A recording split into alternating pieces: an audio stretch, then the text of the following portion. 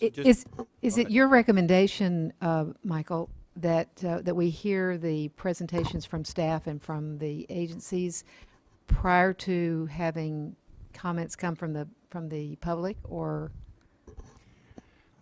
what's your recommendation? You know, this is teed up so that the board, using its police powers, its waste and unreasonable use authority, and its 1058.5 authority, can develop the record for the emergency regulation. My recommendation would be to proceed as you normally do for your quasi-legislative proceedings. You have heard from staff with their recommendations. There will be a number of commenters. I think at last count we had about 12 or 13. All of whom can identify issues that either from a matter of process or from a substantive merits perspective and from a scientific and technical perspective that can be addressed either by the staff at the end, or at the end of each presentation you could choose to have a dynamic intercourse between the commenter and staff. So I would recommend that you proceed through with the presentations by commenters at this point. Okay. And I would recommend we have National Marine Fishery Service staff here to speak both to the basis for the recommendation for the minimum flows, and also to discuss their voluntary program that they have developed. So they would also be available for if you have technical questions about some of the basis for the drought emergency minimum flows. Well, I understand that, and we're making a record here, and that's fine. Two issues come up, though, in regards to this. One, I disagree with your counsel that the board does this all the time. Quite honestly, you don't do this all the time, and that's why there's so many people here. You rarely use quasi-legislative proceedings to find waste and unreasonable use in the state of California. So that's issue number one. Issue number two, even if this is a quasi-legislative hearing, you, as the board, have every right to allow these proceedings to be conducted in any manner that you wish. And I think it's only fair, given that it's only 5 days before these regs were foisted upon us, with no outreach, no comment period, no discussion with the local people, that we get a chance to examine the efficacy of the statements being made, which leads to my last point in regards to what Les just said, Mr. Grover, sorry. So staff has made statements that this is staff's recommendation. And yet I see NOAA up here. NOAA is not the staff. The State Water Resources Control Board staff is the staff. So one of the statements is staff said they made an independent finding that this is what's needed. Well, I'd like to test out what staff did to find out what was so independent about their investigation that they determined it, because quite frankly, I think they just rubber stamped what NOAA gave them. And no disrespect to NOAA. They have a job to do and everything, but one of the problems that when they appear here with your staff, that's bias against my client. They're no different than any other entity, organization, or anybody else. And I realize they're responsible for fish species. I know all about their powers. But in the context of appearing before you, that's not true. So what it appears to me is we got kind of a Moronga thing going on, where your staff has adopted their findings from an outside agency, and we have no ability to test what that underlying assumptions and statements are being made upon. And that's inherently, I think you would have to agree, inherently unfair for somebody who's about to lose their farm. So I would ask, even though your staff counsel has said that since this is a quasi-legislative hearing, you don't have to allow us to ask questions. In your discretion, I think if you asked him back whether or not as the board you have the ability to allow us to ask questions, I think his response would be yes. That's what he said. Yeah. He said that you would be able to ask questions, and we will have plenty of time. We are here at your pleasure for the entire afternoon. So there will be plenty of time to ask questions. But let's go ahead and hear the presentations, and then let's take the time that's necessary to ask questions. Okay. Vice Chair Spivey Weber, let me express a concern and request a clarification. Okay. I certainly am interested in hearing the discussion and the questions and the answers, but I also want to have this proceed in an orderly manner. And not that Mr. O'Loughlin is ever unorderly, but he was suggesting that he would be popping up and asking questions during or at the end of each speaker's comments. And I would suggest that instead of granting Mr. O'Loughlin and everyone else in the audience that privilege, that they, like any speaker, be allotted their time and they can raise their cumulative questions at that time. And we would, either discuss them, ask staff to respond, or take them under advisement accordingly.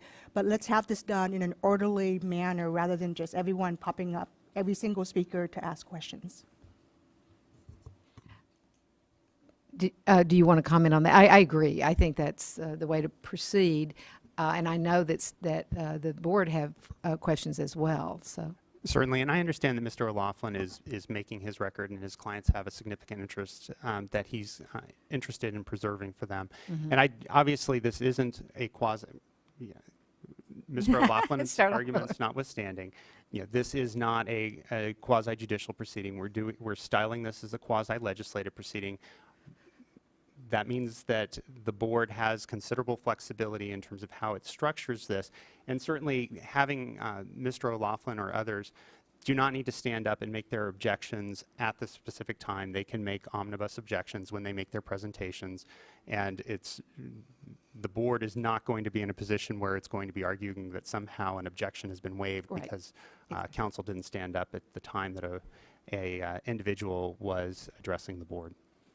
Thank you, Mr. Manazian. Mr. Loeffler has anticipated the concerns we all have, and so we understand that an objection made in the last moment will be deemed to have applied from the first moment of your proceeding. Thank you. Thank you. And thank you, Tam, because I think your point has been made. Let us continue with the staff presentation has been completed. Is that correct? Yes, and rather than going through the comments, I think we have enough commenters here that they can represent themselves. And the reason for having National Marine Fisheries here is so that we have what we're proposing is a regulatory backstop, a new regulation for the curtailment with minimum flows. But at the same time, what went out last week was from the Fisheries Service is voluntary programs. They're trying to achieve the same goals through a voluntary effort. So there's some complementary elements to those two things. So we thought the board would be interested to hear a bit about that. And if you also had technical questions, you would be able to direct them to us or NIMS as appropriate. And if at any point that's appropriate, they can also step away from the dais, so it'll just be staff left here to answer any questions. So with that, more people came than I knew were attending, so I'll introduce Howard Brown and let him introduce the rest of his team. Good afternoon. My name is Howard Brown. I'm with the National Marine Fisheries Service, and I'm joined here by several staff from the California Department of Fish and Wildlife, Curtis Milliron and Matt Johnson to my right, Nancy Murray on my left. And I'd be happy to talk about any elements of the NOAA Volunteer Drought Initiative and the agreements that we're working on, and also any elements of the recommendations for regulatory flows that we provided. Do you have a prepared presentation? No, I don't. I'm just here to answer questions. Okay. Well, I have questions. Okay. Okay, so I'd like to hear more about the voluntary agreements on the three creeks. And if you could, as you described those agreements, provide some information about the entities that are involved with those agreements and the, to the extent possible, the entities that are not involved in the agreements. In other words, what's the universe of those that are not covered by these agreements? And then if you could also provide information on the percentage of the watershed that's covered by those agreements.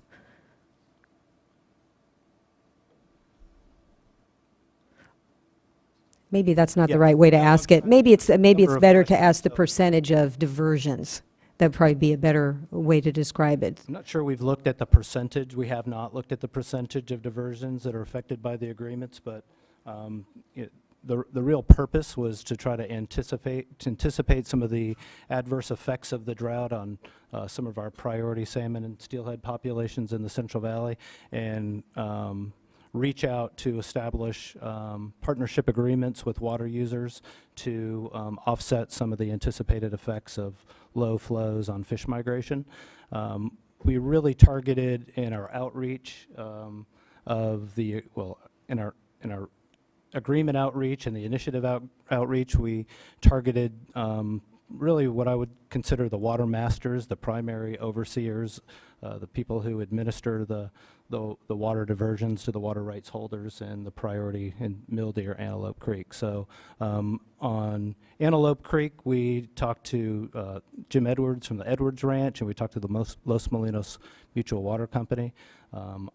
And on Mill Creek, we talked to the Los Molinos Mutual Water Company. On Deer Creek, we've talked to two key entities, the Deer Creek Irrigation District and the Stanford Vina Ranch Irrigation Company. Our hope was that by addressing those primary water masters or water users, if you will, we would be able to achieve the most benefits and to achieve the fish passage goals that we're after.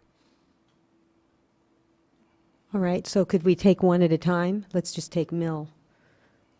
So you have an agreement with Los Molinos? So we have an agreement with Los Molinos, and the agreement is largely similar.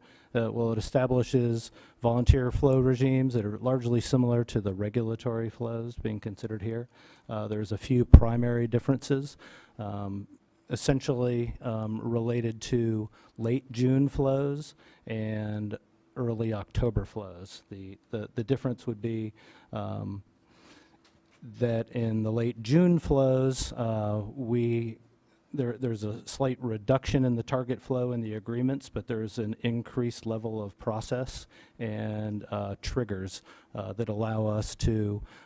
It's similar to the state board regulatory process where we're looking at fish presence, and then in the October flows.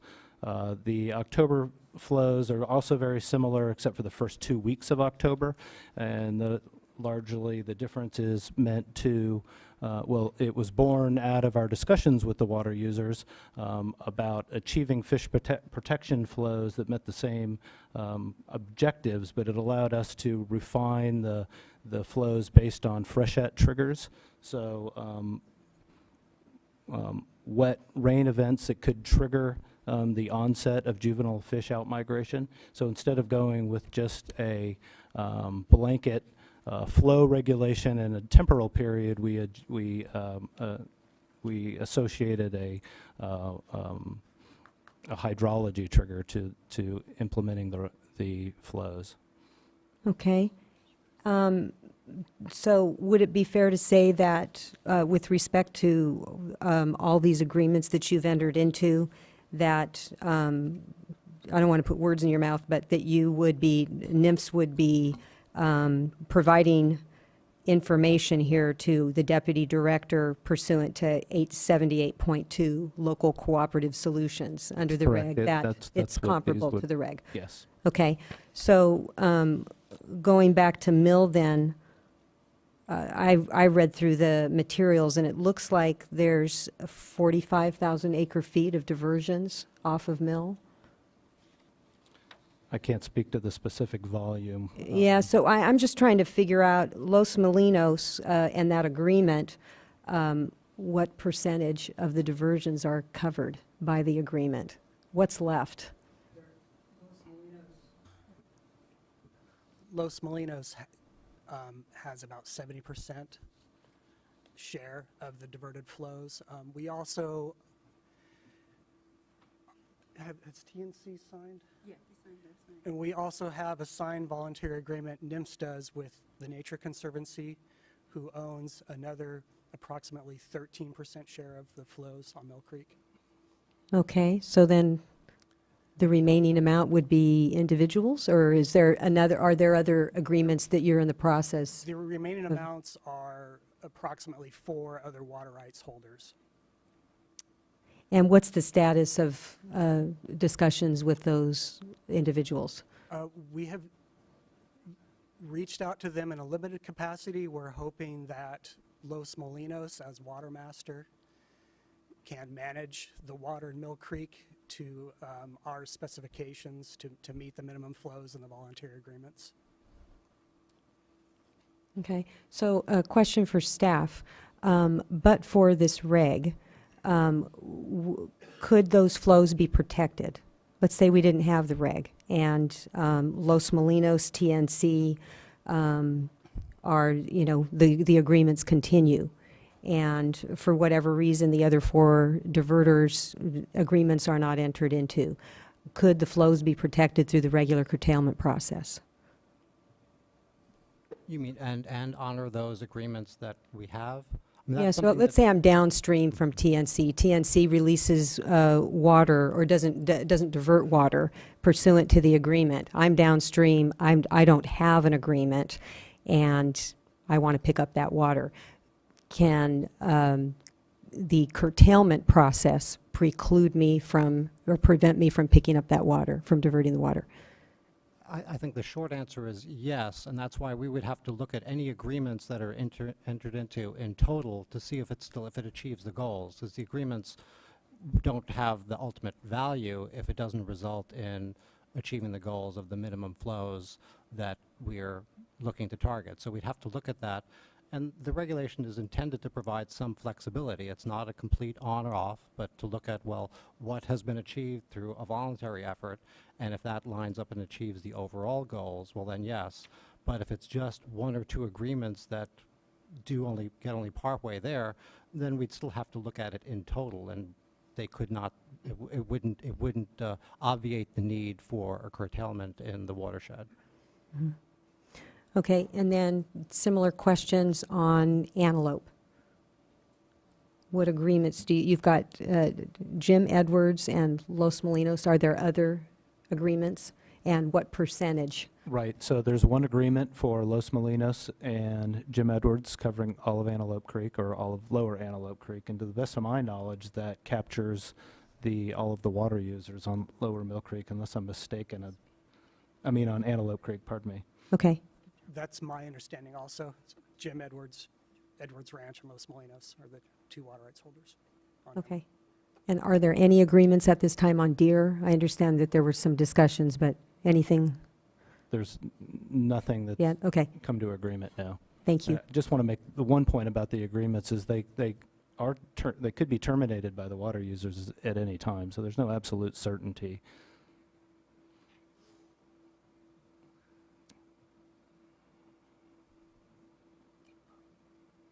Any other questions from board members?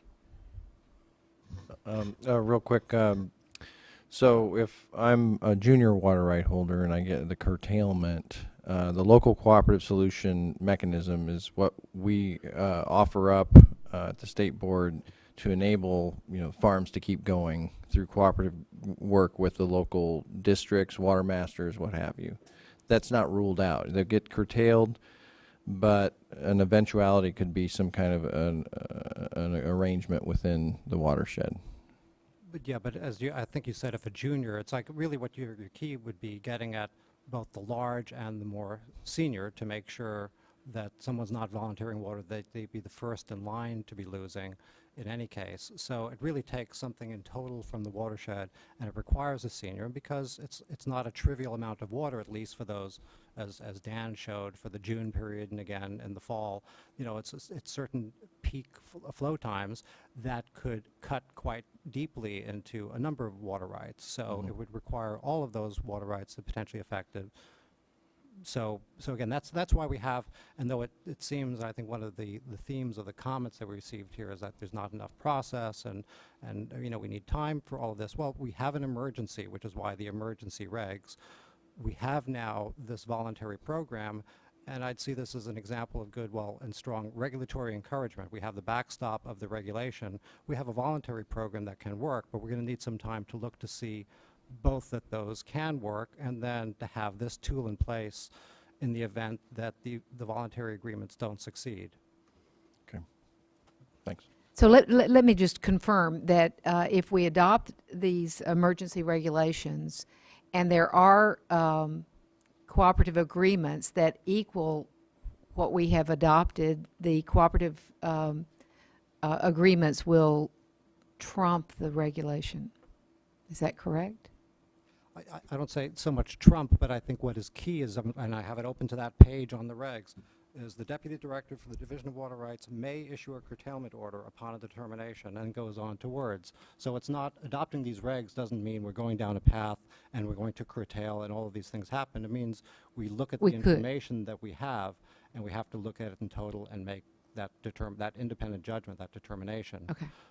And that is why also, you know, and again, it's not, extremes can be useful, but can be overstated. When we look at the worst case, if you will, in terms of the effects of this, it's like, well, if we have a curtailment starting now and through several months into that June, July period, but also again in October, November, it will have the much larger effect. As Dan was pointing out, the information we have before suggests, well, it's a much shorter time period because temperatures are rising, so it wouldn't be for as long a time period.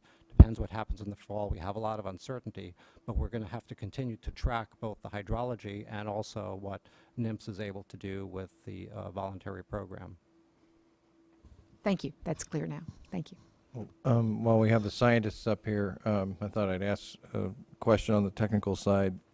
You know, so coming into this, you see these fairly, you know, rounded numbers as far as flow recommendations, but it would be helpful to me, for my comfort level, to know that this translates to specific locations in the field in terms of cross-sectional area, fish passage needs, studies you've done to show, you know, correlation of flow levels to, you know, the necessary fish passage. We heard from staff that even at these flow levels in these systems, there's still some stress to the migration pathways. Could you provide just a little more technical detail why these flow rates work for these stream systems? Well, yeah, I'll take a first shot, and then Matt can elaborate, because Matt's definitely the technical expert on the ground. But there are numerous documents dating back many years that that have identified these flow targets, particularly the 50 CFS, as being a minimal flow necessary to facilitate the upstream migration of adult spring run Chinook salmon. So it showed up in a number of documents. I think that those flows are what are considered necessary for fish to move past all the critical riffle sites located on Mill and Deer Creek.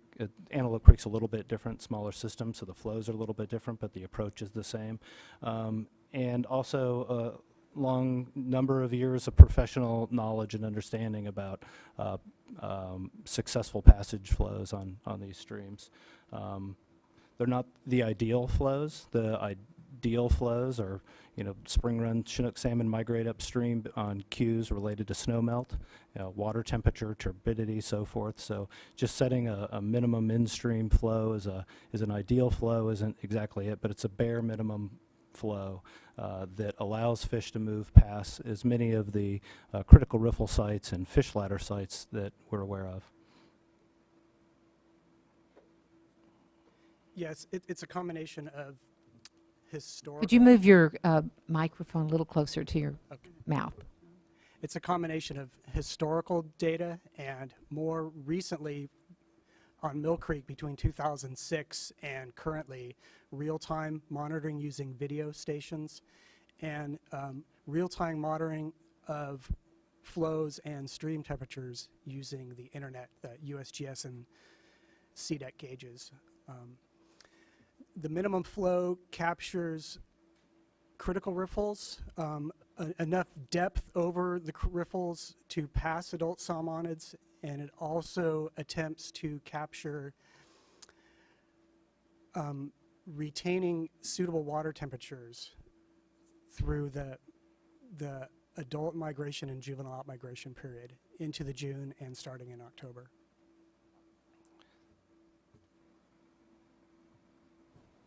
I have a question about water temperature. What are the suitable water temperatures, and are they achieved with these flows on each creek?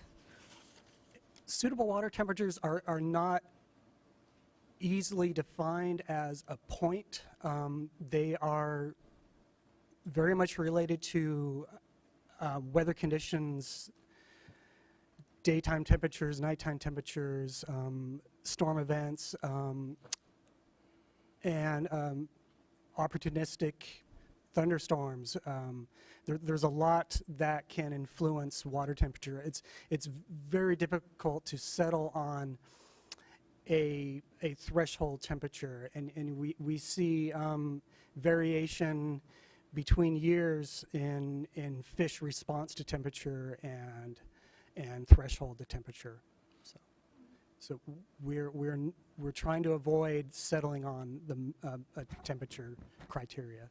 That doesn't make sense to me. On other systems, I mean, on other systems, there's usually a target. Well, So let me it's- elaborate a little bit. I'm I just- think that there is a range. We've seen fish migration occur throughout a range of temperatures on these streams. So if you look back over the past, some reports have tried to pinpoint that specific temperature, whether it be 65 degrees or 70. I think a lot of the work has shown that fish migration adult fish migration starts to slow down and halt somewhere around 65 and 70 degrees. The flows we have, one of the pulse flow elements of that we've recommended targets two things. For one, it creates an opportunity for when we start to see water temperatures start to exceed the upstream migration thresholds, that it brings down those water temperatures into a range that facilitates upstream migration. That's the one thing. The other thing of a pulse flow does is it just provides a increase in flow, which also cues spring run to move upstream. So there hasn't been a tremendous amount of study on Deer Creek, Mill Creek, or Antelope Creek that really nails down what the specific temperature thresholds are that stop migration or trigger migration, or those primarily. But there is a range that we understand could be problematic. And we're trying to keep the temperatures below that range, and that's one of the points of having base flows in addition to pulse flows. If I might add to this, temperature there is like, Identify yourself. my name is Curtis Milliron. I'm a fisheries program manager for California Department of Fish and Wildlife. So Matt had touched on one aspect, but temperature, it gets to be a more complicated discussion than even just a simple range, which might be suitable. For example, in 2012, Matt found that in Mill Creek we had what would clearly be considered lethal temperatures, and in fact some fish were dying. We also found that fish were holding in various places in Mill Creek where they found refuge temperatures. So you have localized opportunities where they may hold out until the diurnal fluctuation is at its low point and providing, again, an additional opportunity. So even though we were clearly even above the highest range in temperatures, we had juvenile fish in the system which were persisting and perhaps had opportunity, and especially with an additional flow trigger, to move out of the system and find that sanctuary temperature, which they receive when they get to the Sacramento River, which is much cooler. So the same works with adult fish. The literature might state that adult fish have a certain range in temperature. We recognize that we're on the furthest southern extent for some of these, especially the Chinook species. And things change as you go throughout the range of a species where they adapt to higher water temperatures, and we think that we see some of that in these particular systems. There's more aspects to this, but I think the temperature discussion, we could keep going for a while and come up with yet more examples of how a single range or a single temperature isn't really the mark, but rather the operation of the system and what fish find as opportunities to survive that make a bigger difference. And I would also add that we did consider using temperature triggers in the regulation, but after reviewing the passage information, the temperatures that they were passing out, we thought it was would be better to leave that to deputy director discretion as far as what's really happening under these conditions in the tributaries to determine whether or not we should be sending a pulse flow down because the adult fish are still present and try to get them to migrate upstream on that pulse flow before we just hit a temperature number and call it good. Yeah, just a question. Again, I'm sorry I was late. Just a pre-existing commitment before I knew what was going to be on the agenda today that couldn't be changed. So help me understand a little bit of, I get you're not trying to set the ideal for the fish. And my understanding is that you're trying to set the minimum to help them survive. That's the belly scraping kind of idea, so they can get past a riffle. Can you talk a little bit more about this versus what your ideal would be? Because my understanding is these are the minimums you're trying to do in a emergency context, not trying to do the ideal in an emergency context. And so a little bit of narrative about the difference would be helpful to me. I think Matt is going to need to help me out on this, but I'd like to start off by saying that these truly are belly scraping flows, and temperature is of a concern. One of the added features of the prescription of flow that we're trying to achieve is to have a minimum temperature that might just hold fish in the stream so that they're poised to move at a more opportune time that would come with a pulse event or even a natural freshet. Just last night we had some thunderstorm activity. It would not be surprising to see on our video monitoring stations that fish may have responded to that opportunity and have moved from the Sacramento River throughout, you know, these three watersheds or upstream past these trigger points. So a more optimal flow would certainly not have to hinge on these points of opportunity, but would provide a flow where fish would have more unimpaired access and passage through the system. Matt, if you want to. Past critical riffle studies on Mill Creek have suggested on a dry year that a flow of 111 CFS is needed to pass fish unimpaired above these riffles. Could I ask follow-up on that? Could you compare what's being proposed on Mill versus that optimal flow in terms of unimpaired flow, percentage of unimpaired flow?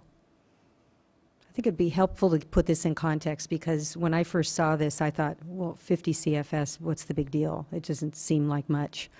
Yeah. But we're talking about small, you know, overall amount anyway. So just to put it in the context of unimpaired flow, an estimate.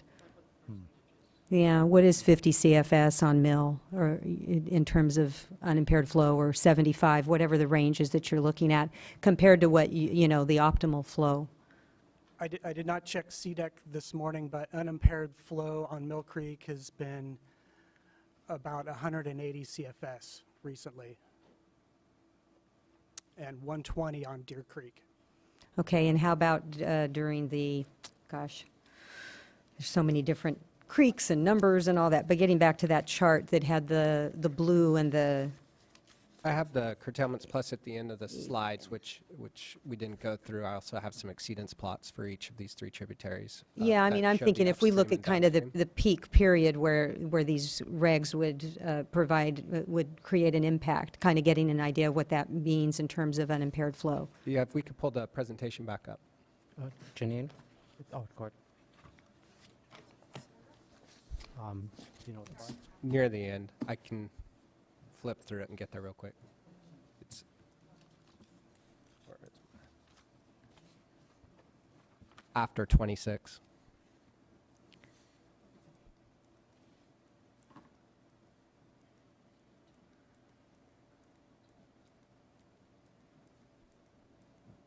Oh, apparently they're not in here. Did I miss them? Oh, here we go. I'm sorry. So for October, this shows the months where likely the impacts would be, and if we focus maybe in June, May and June for the spring run Chinook salmon, which is the time period we're in now.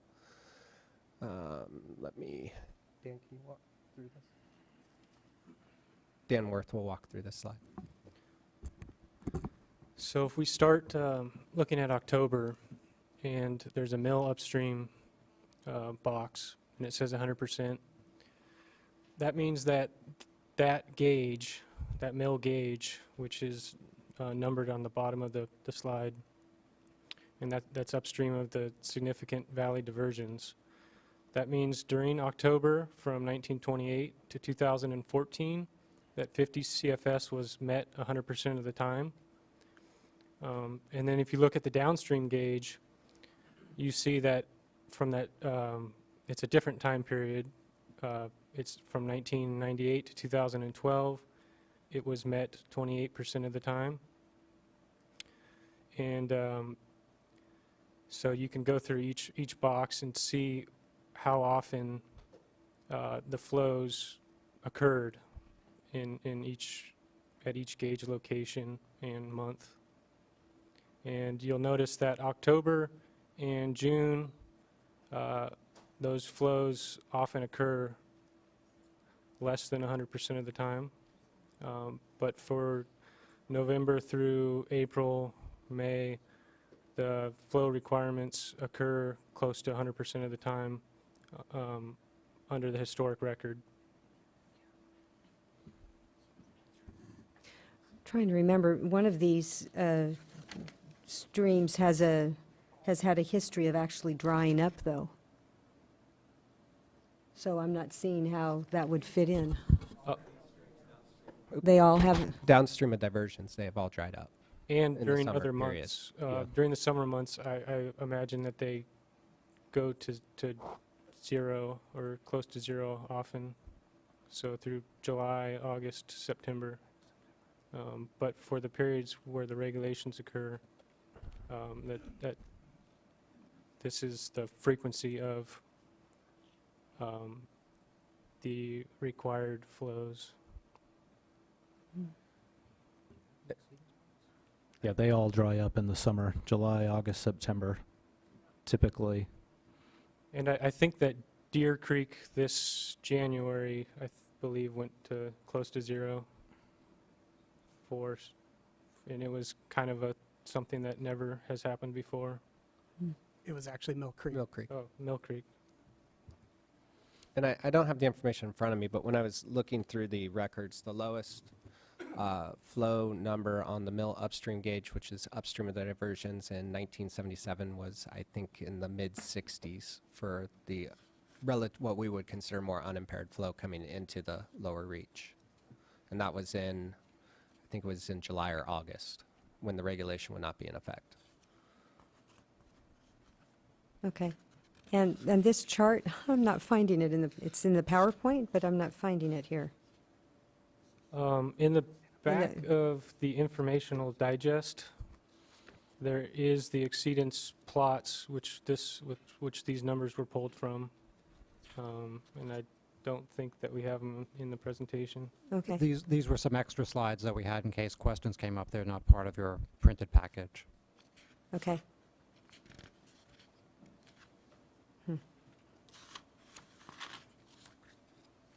Any additional questions? Okay. Are you going to stay nearby so that if we have additional questions, we can ask? Yes, absolutely. Thank you. So we'll start with the speaker cards. I have 13 speaker cards, and we'll be allowing 5 minutes per speaker. Tim O'Laughlin, you are the first speaker.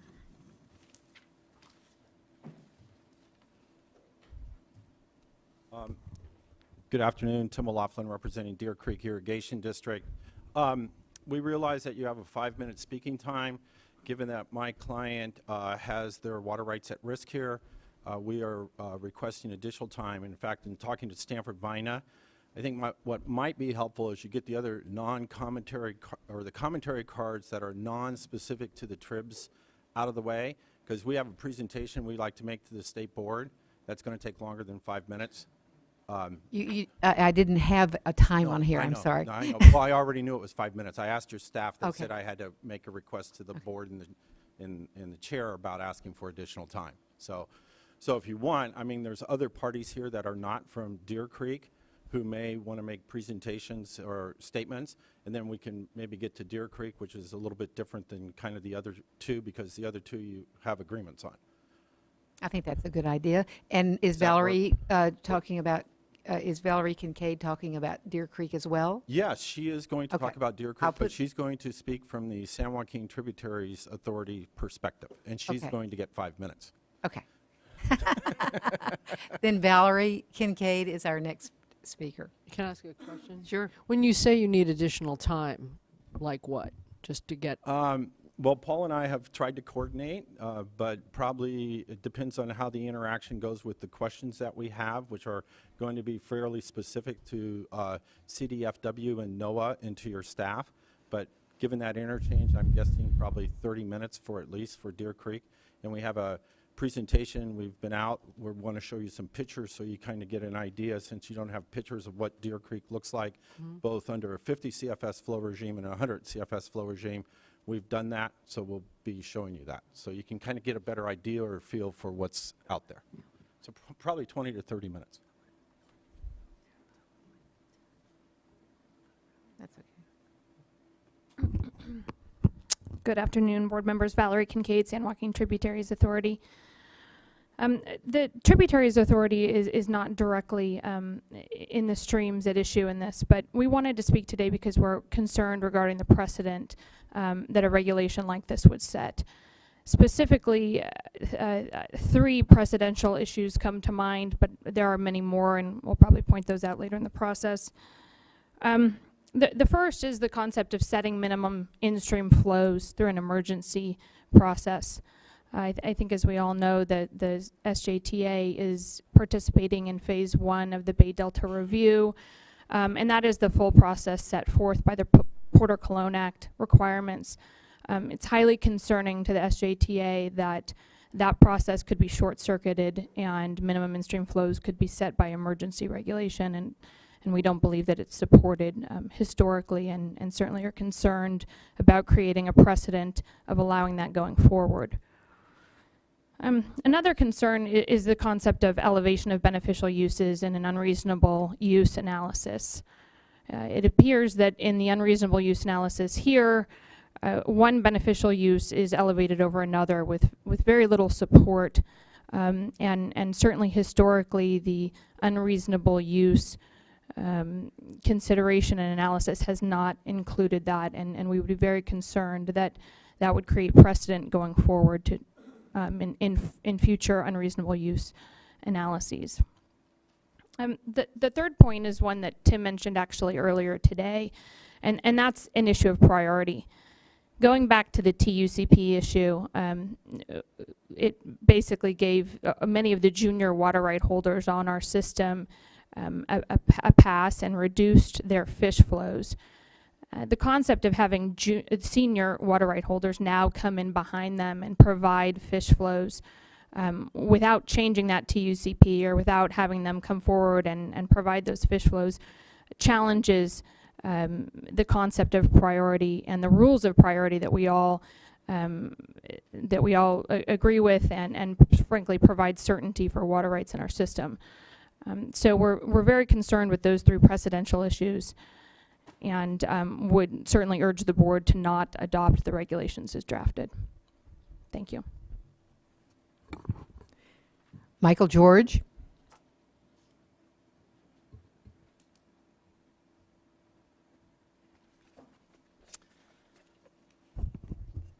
Good afternoon. My name is Michael George, and I particularly appreciate the chair's admonition that I pretend to be a rock star and stay close to the microphone.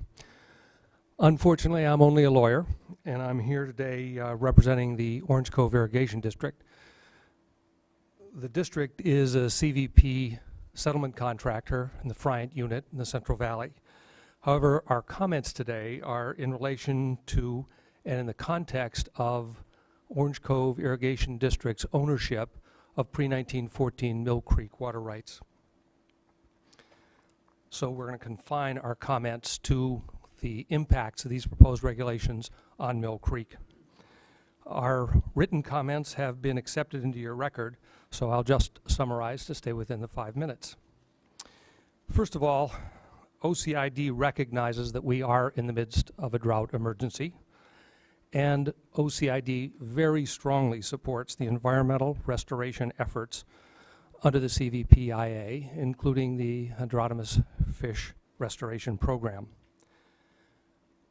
The district believes strongly in fulfilling the fish doubling objectives of the CVPIA, not only because it's critical to maintaining our water rights through the CVP.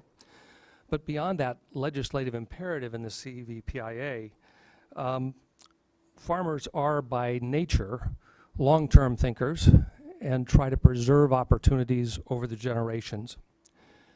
Now, you might dismiss that as simply greenwashing of rapacious farmers, but I would say that OCID has put its money and its efforts where its mouth is. Specifically, OCID has been working very diligently since the spring of 2013, when it was dry last year, to dedicate all of the water arising under our water rights to supplementing fish and habitat in Mill Creek, along with other environmental uses for that water. So OCID strongly supports the objective of the proposed regulations to assure the minimum in-stream flows required to support salmon passage. But just as strongly, OCID objects to the proposed regulations. Let me briefly explain what our objections are, but then we'll offer some constructive, practical, and respectful suggestions about how to accomplish our shared objectives. Here are the primary objections based on the proposed regulations. The biggest problem is that the proposed regulations fail to undertake the fact-based investigation of uses that is legally required to support a determination of waste or unreasonable use under the drought circumstances. Secondly, the proposed regulations create a new categorical prioritization scheme for water that lacks the necessary legal foundation. Third, as applied to Mill Creek, the proposed regulations constitute an unnecessary interference with a durable adjudication which already allocates shortages among water rights holders. Fourth, the proposed regulations fail to protect aspects of the residual water rights after water has served its non-consumptive beneficial use for fish and habitat protection under Section 1243. Finally, the proposed regulations subvert less intrusive and less clumsy opportunities to accomplish the public trust objective of protecting minimum in-stream flows for fish passage. Each of those objections is expounded upon and explained in our written comments. However, I promised that we would also give constructive, practical, and respectful suggestions. So our first one is simply that the board undertake an investigation of the actual facts on the ground. In order to make a determination of waste or reasonable use, you must look at the uses to which the water is being put. Now, Mill Creek has already been exhaustively studied, as staff and NIMFS and the Department of Fish and Wildlife Service have indicated. There are cooperative agreements in place. You don't have to start from scratch. You don't have to go it alone, but you do have to take a look at the specific uses of water. I respectfully request an extension of time for another 3 minutes. Thank you. It is possible for the board to review that record, cite it, and carefully make a determination balancing the uses of the water in the watershed to determine which of them are in fact wasteful or unreasonable under the current circumstances, rather than to do so categorically. It's also important that you carefully explain your judgments. Instead of making a categorical judgment that any use of water is necessarily unreasonable if it reduces below the minimum, go and look at what those uses are and decide which ones are reasonable and which ones are unreasonable. I'd respectfully suggest that OCID's use of the water for in-stream beneficial use is not one that ought to be curtailed. And perhaps it wouldn't be curtailed under your Section 878, which talks about non-consumptive uses. But look at how that's worded and see if you could make that fit our circumstances. Second, we'd ask you to avoid acting categorically. The credibility of your actions depends on exhibiting understanding of the circumstances in which you operate. Now, an example, we all seem to agree that there's a problem with groundwater management in the state of California, but we seem to be coming to a consensus that regionally focused solutions informed by objective statewide performance standards point to the preferred path. OCID suggests that the same can be said of curtailment, particularly when that curtailment is predicated on a determination of wasteful or unreasonable use under emergency circumstances. As the board well recognizes, water is intensely local everywhere, but it is systematically connected to everything, and the board needs to respect both aspects. That leads directly to our third suggestion, which is to be clear about your policy objectives. But set policy, not dictate operating procedures. Incentivize compatible local actions, more on that in a moment, because water planning takes time, and specifically, as in your aside this morning about groundwater legislation, being specific does not necessarily mean being prescriptive.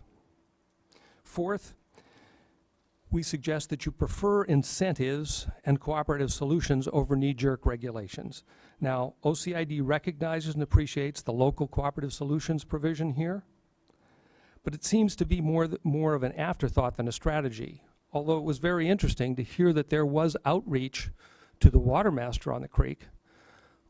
And frankly, the first outreach that Orange Cove got was a letter from the fish agencies dated the 9th of May, which OCID responded to promptly on the following Monday, the 12th of May, before these regulations were announced on the 13th of May. I suggest that that outreach was a little late for a water rights holder who's conscientiously, over a period of 12 years since we've owned this water right, tried to do the right thing by the fish with this water. Are you almost finished? In fact, I am almost finished. So what I would say is, as the last point, that you need to be mindful of your responsibility to protect water rights as well as to protect fish. And in that, I mean that when you require fish flows under a senior water right, you've also got to protect the control and dominion over that water after it's served the in-stream purpose. You can't allow the water to be used by the fish, appropriated for the benefit of the fish. And by the way, we're voluntarily putting that water to the benefit of the fish. But when it reaches the main stem of the Sacramento, it's not just lost, it can't be just escheated to the junior appropriators. So we'd ask you to keep those factors in mind, and I thank you very much for your attention.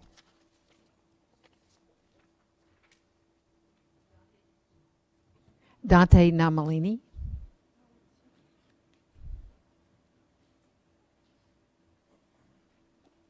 Thank you, members of the board. I'm Dante John Namalini. I'm the attorney and manager for the Central Delta Water Agency. Our interest in this subject is more procedural. You understand our concern with the relationship between the board and the two major projects, the Central Valley Project and the State Water Project, and we see multiple years of abuse in that process. The process here today is to impose by regulation an in-stream flow requirement on these creeks.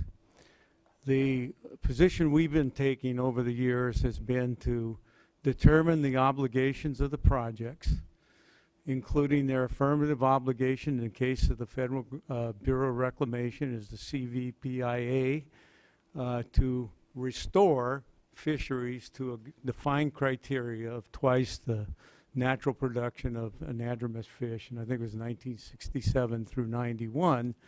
And that has been in place since 1992, and we've been complaining about it all this time. Now, had that been done, perhaps the burden would not have to be placed on these other water right holders, certainly by way of regulation. My reading of 1058.5 precludes you from imposing this regulation on the Sacramento Valley. That statute requires that it be a drier critical year this year and 2 prior years that were either dry or critical.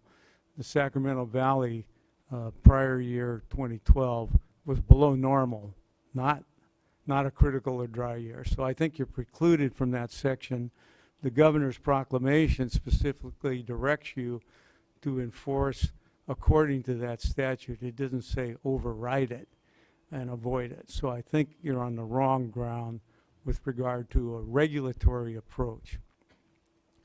The solution, of course, as other speakers have said, with regard to in-stream flow, deserves specific attention by experts on both sides with the opportunity for cross-examination. And I'm not the fishery expert. The fish issues are very complicated.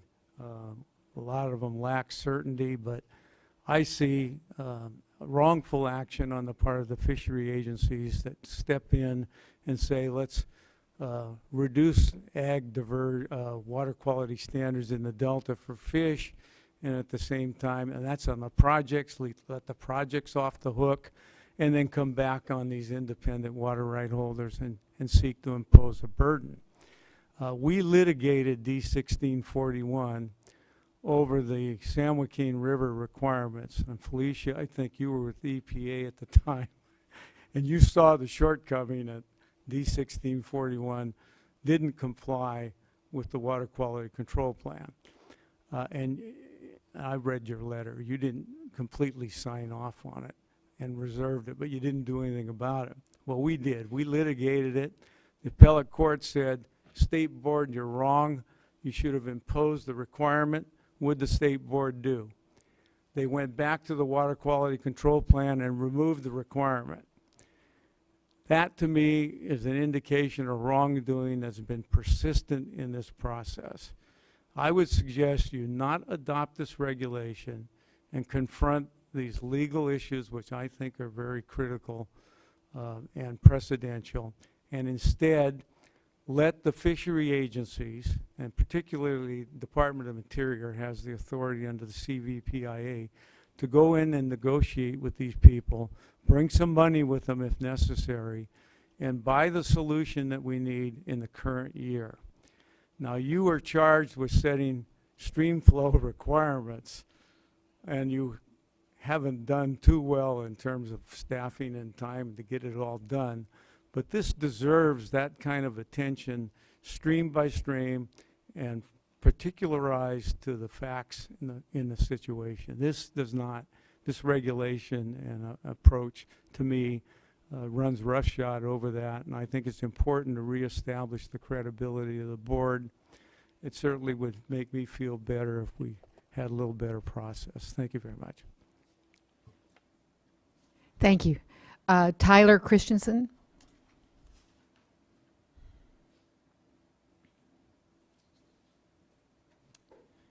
Thank you very much for the opportunity to take off my plaid shirt and put on a going to town button-up shirt. I'm a farmer in Tehama County. We use water off Antelope Creek, and we're one of the larger diverters. Our cattle operation relies entirely upon the diversion of water and to service our cattle as stock water and for our pastures. We also use the water in our orchards as well. So there's been a lot of talk today about dying fish, but I also would like you guys to keep in mind the dying farmers as well. Many people served on some of the other creeks mentioned rely exclusively on surface water for their orchards. And without it, they would lose their crop, they would lose their future crops potentially, and potentially the orchard itself, which takes years to develop. As far as cattle herds go on pastures, there's nowhere you just send 700 pair of cattle at a moment's notice to be fed. you're forced to sell them in market, and it takes generations to build a herd that large back up. So those are some important things I want you guys to please think about when you're considering this regulation. On our creek, we are 100% cooperative in signing the voluntary agreement, and we have continued to be cooperative over the decades and decades that we have been diverting water off our creek. I remember as a child going out there, and we had our first fish ladder installed, and now we're on our second fish ladder, and we're working on some bypass systems as well at our head gates. So we've always been cooperative, and we're trying to be good stewards of the land. Another thing that I want to mention is in our creek, especially Antelope Creek, the flows are so low. They are in the agreement, it is mandating 35 CFS of flow.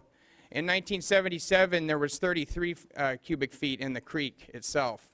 So there's a potential that we may be mandated to send this flow down and it not even be there. And I have a little news flash for you, but that creek has so much lava rock, it is so wide that when the flows get to that level, I don't know what, obviously we can't agree on a temperature, that's been clearly demonstrated. But when it gets to that point, there is no way that fish can survive in that kind of environment anyways. So it would be a real pity and an economic disaster for us to send that water down the creek and accomplish nothing and damage and possibly destruct our business at the same time and our families. So I would please encourage you as the board to consider not adopting this regulation and allow us to voluntarily work this out. I think almost all the large water users have been active in discussions. So I appreciate your time. Thank you very much. Thank you. Kevin O'Brien.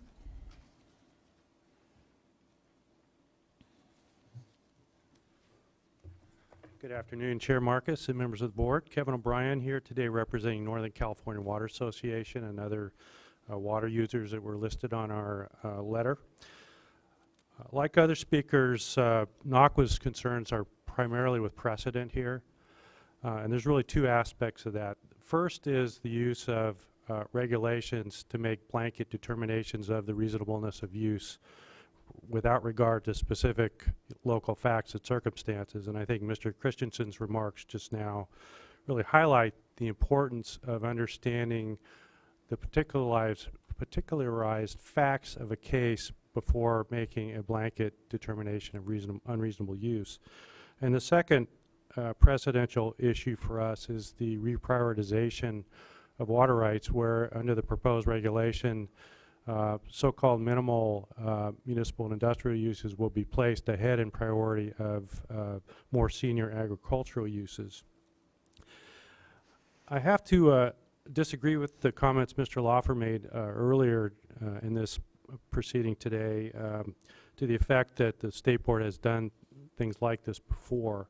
The State Board has actually tried this twice over the years. The first time was in the 1970s, where regulations were adopted relating to diversions off the Napa River for frost protection purposes. And that case eventually went up to the Court of Appeal. It's a pretty well-known case, the Forney case. Court of Appeal said you can't do this by regulation. You have to do it by a quasi-adjudicatory process. And then the board tried it again a couple of years ago in another frost protection situation, interestingly enough, over in the Russian River watershed. And again, the board adopted a regulation that essentially determined uses for frost protection in that watershed to be unreasonable. That case was litigated. The Superior Court of Mendocino County struck down the regulation. That case was argued before the Court of Appeal, I think, a couple of weeks ago, and a decision will probably be out shortly. But the notion that we've done this before, this is nothing new, I don't think it's quite accurate. I think this and part of the reason you have so many speakers here today is this really is something new, and it's really something quite different and quite radical, in my opinion, from how water rights have been administered in the past. And I think what really